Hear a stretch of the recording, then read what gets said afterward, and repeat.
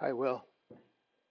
Here's the explanation for number 6. So first, what we need to do is change these mixed numbers into improper fractions. So we need to multiply the denominator by the whole number and add that to the numerator.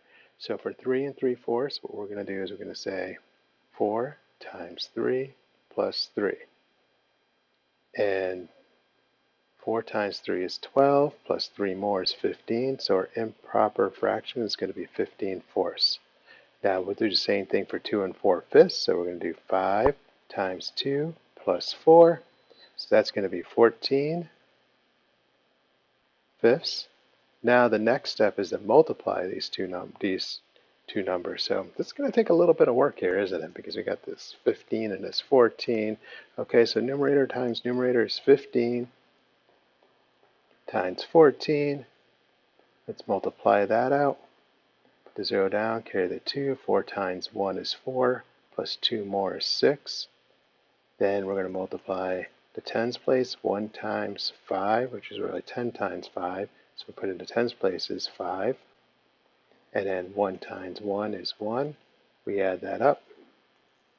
And we have 210. So our denominator is 210.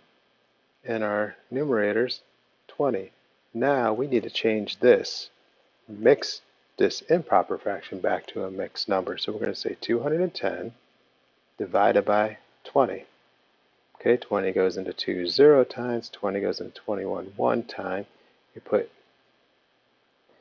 We multiply 1 times 20 is 20, then we subtract, there's 1 left over, we bring down 0. Okay, 20 goes into 10 0 times, and then we have to represent a remainder, so it's going to be 10 20ths, or if it's simplified, it'll be 10 and 1/2. So that's the answer for number 6. Give number 7 a try, and I hope this was helpful.